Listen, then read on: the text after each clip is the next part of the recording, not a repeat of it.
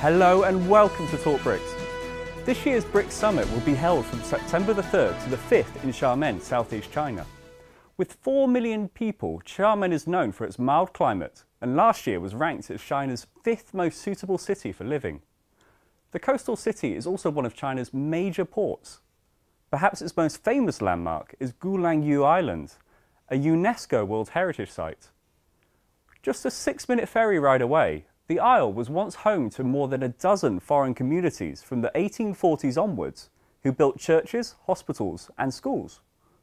With international links like these, it's no doubt that Xiamen is being seen as a natural home for the BRICS community.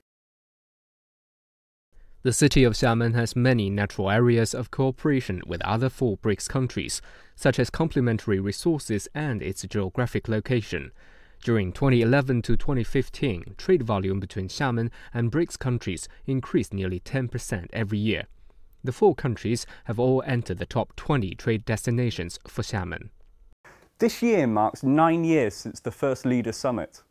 Together, Brazil, Russia, India, China and South Africa cover a quarter of the world's land, have more than 40% of the world's population, and contribute 25% to global GDP.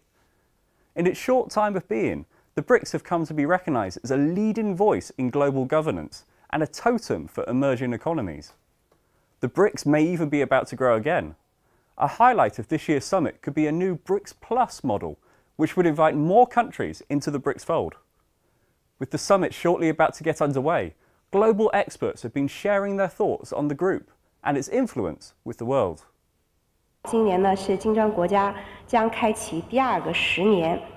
year unveils the second decade of the establishment of the BRICS. And this year is China's year of the BRICS Summit. As a host country, we hope to bring fruitful results together with all the other counterparts through cooperations and commitments.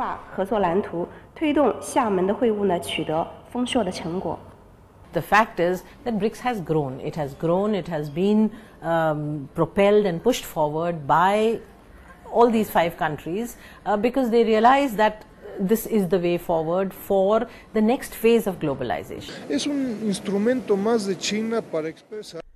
The BRICS mechanism shows China's willingness to cooperate with other countries as well as its hope to work with others in production. It also shows China's push for a development path different from that in the European Union or the United States. And of course, I think it's also important to step back and look just outside the raw economic importance, to also look at the social demographic importance. I mean, these 5 economies still contribute just over 40% of the world's population, for instance. So it is a relevant grouping. Economically, I think it certainly has been some improvement in the past few years. This year, growth is fairly robust, but nominally, this is a very large institution of economies. So I would think that this BRICS summit in Xiamen this year comes in this backdrop where you clearly can see that the BRICS countries are establishing themselves as an economic force. So I think it is very opportune that the summit is in China, in Xiamen, particularly at a time when there is global, I would say, uncertainty in an economic context. And I'm sure that we will look for pointers for a sustained and sustainable growth in the BRICS countries during the summit. With just a few days left to go, the summit is set to be one of the most influential yet. That's all for this edition of Talk BRICS. Bye for now.